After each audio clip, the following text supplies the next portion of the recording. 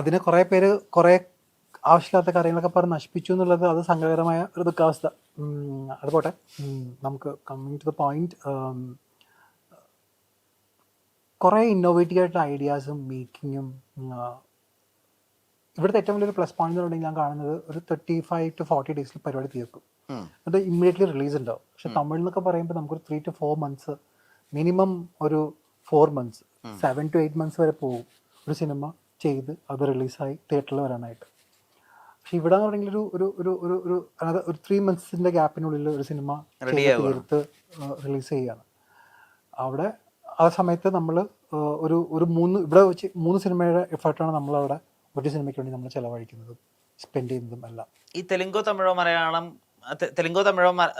ഒരു കാര്യം മലയാളത്തിലേക്ക് ഇംപ്ലിമെന്റ് ആവണം, അല്ലെങ്കിൽ മലയാളം കണ്ടു പഠിച്ചിരുന്നെങ്കിൽ അങ്ങനെ വിചാരിക്കുന്ന എന്തെങ്കിലും ഉണ്ടോ? ഒരിക്കലുമില്ല. നമ്മൾ അവർക്ക് അവരുടേതായിട്ടുള്ളൊരു സെൻസിബിലിറ്റീസ് നമുക്ക് നമ്മളുടേതായിട്ടുള്ള ഒരു പരിപാടികളുണ്ട്. അതിന് പ്രേക്ഷകർക്ക് എന്താണ് ഇഷ്ടം അത് കൊടുക്കാനൊരു ഫിലിം മേക്കറിന് സാധിക്കുമ്പോഴാണ് ഹിറ്റുകൾ ഉണ്ടാകുന്നത്. നമ്മുടെ മലയാളി പ്രേക്ഷകർ വളരെ വ്യത്യസ്തരാണ്. അവർ ഇപ്പോൾ സൂ ഫ്രം സോ എനിക്ക് തോന്നുന്നു ഇവിടെ വലിയ ഹിറ്റാണ്. അത് അവർ കന്നഡ സിനിമയായിട്ട് തന്നെ കാണുന്നതാണ്, ഡബ് ചെയ്തത്. പക്ഷെ അത് അങ്ങനെ തന്നെ മലയാളത്തിൽ എടുത്തു വെച്ചാൽ അത് എത്രത്തോളം വർക്ക്ഔട്ട് ആവുന്നുള്ളത് കുറേ ചേഞ്ചസ് വരുത്തിയാൽ വർക്ക്ഔട്ട് ആവുള്ളൂ. അതേപോലെ തന്നെ ബാഹുബലി, അത് they know that it's A Telugu film. അത്ര ആ ഒരു സാധനം അവർ എൻജോയ് തന്നെ കാണുക. ഇപ്പൊ വരാൻ പോകുന്ന കാന്താര മാത്രമല്ല കൂലിയും ഇത്രയും സ്റ്റാർ കാസ്റ്റ്, രജനി സാർ പടം, രോക്കി, ആ ഒരു കോംബോ. അപ്പൊ അവർ അങ്ങനെ തന്നെയാണ് കാണുന്നത്. അവർക്ക് ആ സിനിമകൾ അങ്ങനെയാണ് കാണേണ്ടത്. അതേ സമയത്ത് ഒരു മലയാള സിനിമ കാണാൻ പോകുമ്പോൾ ഓക്കെ ഫൈൻ, ഒരു കൊച്ചു സിനിമയാണ്, ഞങ്ങളുടെ സിനിമയാണ് എന്നും പറഞ്ഞാൽ അവർ പോയി കാണാൻ പോകുന്നത്. അപ്പൊ അവർ അതിൻ്റെതായിട്ടുള്ളൊരു ഇതിലാണ് അവർ പോയി ആ സിനിമ കാണാൻ പോകുന്നത്.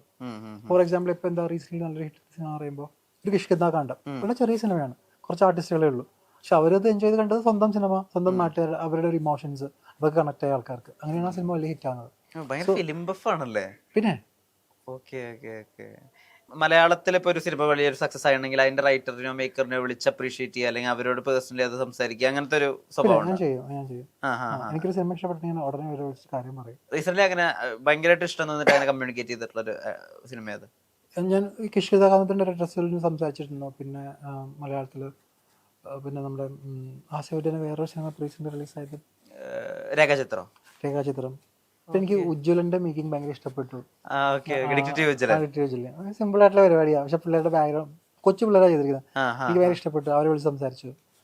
അതിന് മാക്സിമം എന്നെ കൊണ്ട് കഴിയുന്ന രീതിയിൽ സിനിമകൾ കാണുകയും ചെയ്യും, ഇഷ്ടപ്പെട്ടാൽ വിളിച്ച് സംസാരിക്കുകയും ചെയ്യും. ഇപ്പൊ തമിഴിൽ ഇനി അങ്ങോട്ടേക്കുള്ള തെരഞ്ഞെടുപ്പുകൾ എങ്ങനെയായിരിക്കും? മലയാളത്തിൽ എനിക്ക് മനസ്സിലായി. അതെ, തമിഴിലും ഇപ്പോൾ ഞാനൊരു കാര്യം ഈ ഒരു സിനിമയോട് തീരുമാനിച്ചെന്താണെന്ന് വെച്ചിട്ടുണ്ടെങ്കിൽ, ഇനി കുറച്ച് ക്വാളിറ്റിയുള്ള സിനിമകൾ ചെയ്യുക, നല്ലൊരു ടെക്നിക്കൽ ടീമിനെയും ആർട്ടിസ്റ്റിനെയും സെറ്റാക്കിയതിനു ശേഷം മാത്രമേ ഇറങ്ങാം. ഒരു നല്ല പ്രൊഡ്യൂസർ ബാക്കപ്പ് മസ്റ്റായിട്ട് വേണം. ഇതൊന്നും സംഭവിക്കുന്നില്ല എന്നുണ്ടെങ്കിൽ സ്വന്തമായി ഒരു ടീമിനെ ഇറക്കി പരിപാടികൾ പിടിക്കുക എന്നുള്ളത് തന്നെയാണ്. അപ്പോൾ ഞാൻ എൻ്റെതായിട്ടുള്ള രീതിയിൽ ഞാൻ പതുക്കെ ഫണ്ട് റേസ് ചെയ്യാനും ഒക്കെ ആയിട്ട് ഇറങ്ങി കഴിഞ്ഞിരിക്കുകയാണ്. ആഗ്രഹം എത്രത്തോളം സഫലമാണെന്ന് എനിക്കറിയില്ല. Just moving on. പക്ഷേ ഈ ഒരു മൂവ്മെന്റിൽ ഞാനിങ്ങനെ ഇറങ്ങുമ്പോഴത്തേക്കും ഏതെങ്കിലും സിനിമ വരും, പിന്നെ ഞാൻ അതിന്റെ പറയാൻ പോകും. അതാണ് സംഭവിക്കാറ് പലപ്പോഴും. ഈ ഒരു ബാക്കപ്പും ഇല്ലാതെ സിനിമ വന്നുകൊണ്ടുണ്ടായ ഗുണം എന്താ? ഒരു ബാക്കപ്പും ഇല്ലാതെ സിനിമയിൽ വന്ന സർവൈവ് ഭയങ്കര കഷ്ടപ്പാടാണ്. നമ്മൾ നമ്മുടേതായിട്ടുള്ള ഫ്രണ്ട് സർക്കിൾ ഉണ്ടാക്കണം. നമ്മൾ നമ്മുടേതായിട്ടുള്ള ശരിക്കും നല്ല സുഹൃത്തുക്കൾ ചേരുമ്പോഴാണ് നല്ല സിനിമകൾ ഉണ്ടാകുന്നത്. നമുക്ക് കൺവേ ചെയ്യാൻ പറ്റിയ നല്ല നമ്മളുടെ കൂടെ കൂട്ടാൻ പറ്റിയ നല്ല ഫ്രണ്ട്സ്, അവർക്കും ഒരേപോലെ പാഷനറ്റ് ആയിട്ടുള്ള ആൾക്കാരായിരിക്കണം, ജെന്യൂൻ ആയിട്ടുള്ള ആൾക്കാരായിരിക്കണം.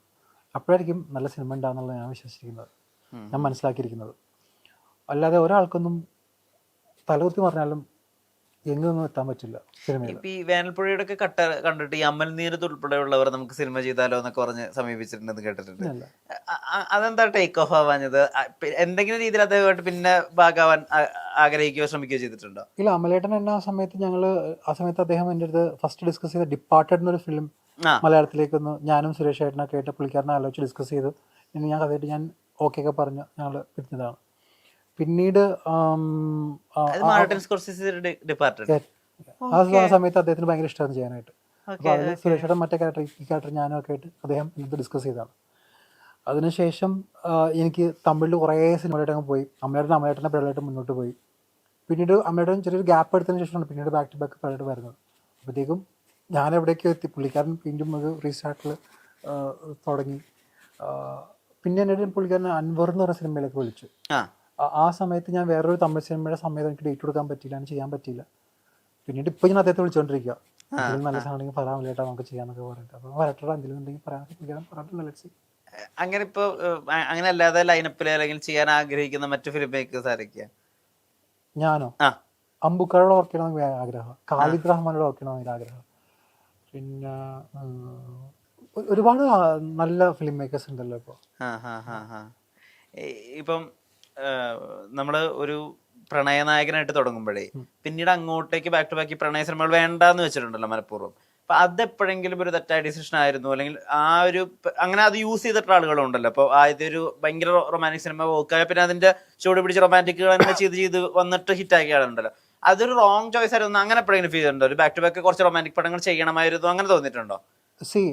നമുക്ക് ഞാൻ വന്ന സമയത്ത് എൻ്റേതായിട്ടുള്ള കുറച്ച് സാധനങ്ങളിൽ ഫോക്കസ് ചെയ്ത് മാത്രം എൻ്റേതായിട്ടുള്ള തീരുമാനങ്ങൾ മാത്രം എടുത്തിട്ട് മൂവ് ചെയ്ത ഒരാളാണ്. ഓക്കെ, അതെല്ലാം ശരിയായിരുന്നു കോ വരെ. അതിനുശേഷം ഞാൻ പഠിക്കാൻ പോയി എന്നുള്ള സാധനവും വേറെ. പക്ഷെ ഒരു കരിയർ ഞാൻ കോൺസെൻട്രേറ്റ് ചെയ്യണം.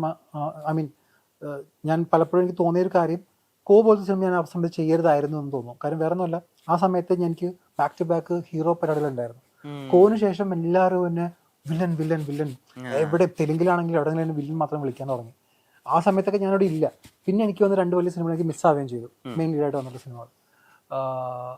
അപ്പോൾ ആ സമയത്ത് ഞാൻ ആ ഒരു സിനിമ ഞാൻ പറയില്ല, അത് വലിയൊരു ഡയറക്ടർ, വലിയൊരു ആർട്ടിസ്റ്റ് ചെയ്തത് ഹിറ്റായി. ഐ മീൻ ആ സമയത്ത് ചെറിയൊരാളായിരുന്നു, ആ സിനിമ ഹിറ്റായി, അത് വേറെ രീതിയിൽ പോയി. അപ്പോൾ അങ്ങനെ ഇല്ല, അത് പോട്ടെ, അത് പോട്ടെ. അപ്പൊ അത് തമിഴ് തന്നെയുള്ള സിനിമയാണ്. അപ്പൊ ഒരു സൂപ്പർ സ്റ്റാർ എന്നൊക്കെ പറയാം, അപ്പോഴത്തെ സൂപ്പർ സ്റ്റാർ എന്ന് പറയും. ശിവഹൃദയന്റെ സിനിമയാണോ? ഓക്കെ. അപ്പൊ അത് കഴിഞ്ഞിട്ട് ഞാൻ തിരിച്ചു വരുമ്പോൾ എനിക്ക് ഒന്നേന്ന് തുടങ്ങേണ്ടി വന്നു. മാത്രമല്ല ഞാൻ അവിടെ രണ്ടാമത് പഠിക്കാൻ പോയതും ഒരു വലിയ മിസ്റ്റേക്ക് ആയിട്ട് എനിക്ക് ഫീൽ ചെയ്തിട്ടുണ്ട്. അപ്പൊ അതൊക്കെ, പക്ഷെ ആ സമയത്തൊക്കെ ഐ വാസ് സോ ഹാപ്പി, എനിക്ക് എന്താണ് വേണ്ടിയതെല്ലാം കിട്ടി. പിന്നെ എനിക്കിപ്പോ ഒരു ഒരു ഒരു ഒരു ഘട്ടത്തിന് ശേഷം ഫാമിലിക്ക് മനസ്സിലായി എനിക്ക് ഇവിടെ എനിക്ക് സിനിമയാണ് ഇഷ്ടം എന്ന് മനസ്സിലായി കഴിഞ്ഞപ്പോൾ now they are all happy. I mean ഇപ്പോൾ ബാക്ക് ടു ബാക്ക് സാധനങ്ങൾ വരുന്നത് കൊണ്ട് എല്ലാം സെറ്റാണ്. ഈ ഇപ്പൊ മലയാളത്തിലെ ആളുകൾക്ക് അപ്രോച്ച് ചെയ്യാൻ ഇവിടെ കേരളത്തിൽ അവൈലബിൾ ആവുന്നുണ്ട് അജ്മൽ? അങ്ങനെ ഇവിടെ സെറ്റിൽഡ് ആണോ ഇപ്പോൾ, അത് ചെന്നൈയിലാണോ? ഞാൻ കേരളത്തിൽ തന്നെയുള്ളത്. എനിക്ക് സിനിമകൾ വരുമ്പോൾ മാത്രം ഞാൻ ഹൈദരാബാദിലും ചെന്നൈയിലൊക്കെ ട്രാവൽ ചെയ്യും. ഇപ്പൊ അവിടെ പോയാൽ നമുക്ക് ഫോൺ എല്ലായിടത്തും ഉണ്ടല്ലോ. ഞാൻ ആര് വിളിച്ചാലും ഫോൺ എടുക്കുന്ന വ്യക്തിയാണ്, എല്ലായിടത്തും സംസാരിക്കുന്ന ആളുകളാണ്. അപ്പോൾ എന്നെ കിട്ടാൻ ബുദ്ധിമുട്ടൊന്നുമില്ല, കിട്ടും. ഡെഫിനറ്റ്ലി അജ്മലിനെ പോലെ ടാലന്റ് ആളുകൾ കുറേയും കൂടി അവരുടെ സിനിമകളിൽ ഉൾപ്പെടുത്താൻ വേണ്ടി ശ്രമിക്കട്ടെ. ഈ ഒരു ഫയർ ഉണ്ടല്ലോ, എന്നെ വിളിക്കുന്നുണ്ട് കേട്ടോ, എല്ലാവരും നല്ല. ഇപ്പൊ ജിത്തു സാറ് എന്റെ റീസെന്റ് ഒരു സിനിമയിൽ വിളിച്ചു. അപ്പൊ അദ്ദേഹത്തിനോട് ഞാൻ സാർ ഞാനിപ്പോ ലീഡ് റോളാണ് ഞാൻ നോക്കുന്നത്, അപ്പോൾ ആടാ എന്നാൽ നമുക്ക് അടുത്ത പരിപാടികളിൽ നമുക്ക് നോക്കാം എന്നുള്ള സീനിൽ. അപ്പോൾ എന്നെ നല്ല വലിയ വലിയ ആൾക്കാരെ വിളിക്കുന്നുണ്ട്. അപ്പൊ ഞാൻ പക്ഷെ ക്യാരക്ടേഴ്സ് ചെയ്യുന്നില്ല എന്ന് തീരുമാനിച്ച് മാറി നിൽക്കുന്ന ഒരു വ്യക്തി ആയതുകൊണ്ടാണ്. എനിക്ക് ചെയ്യുന്നുണ്ടെങ്കിൽ അതൊരു ലീഡ് റോൾ അല്ലെങ്കിൽ ഒരു ഡബിൾ ഹീറോ സബ്ജക്റ്റ് അതൊന്ന് ഫിക്സ് ചെയ്ത് കഴിഞ്ഞു. അപ്പോൾ അങ്ങനെ നിൽക്കുന്നതുകൊണ്ടായിരിക്കാം. അപ്പോൾ റൈറ്റ് സമയം വരുമ്പോൾ വിളിക്കും. Let's see. ഈ ഞാൻ തുടക്കത്തിൽ സൂചിപ്പിച്ച പോലെ ഒരു സിനിമ ഉണ്ടാക്കുന്നത് മുതൽ അതിന്റെ മാർക്കറ്റിങ്ങിലൊക്കെ ഭാഗമാവാൻ ഒരു ഞാൻ പറഞ്ഞല്ലോ ഒരു തുടക്കക്കാരന്റെ ഒരു ഫയറോട് കൂടി നിൽക്കുന്ന ഒരു അജ്മലിനെ നമ്മൾ എത്രയോ തവണ കണ്ടിരിക്കുന്നു.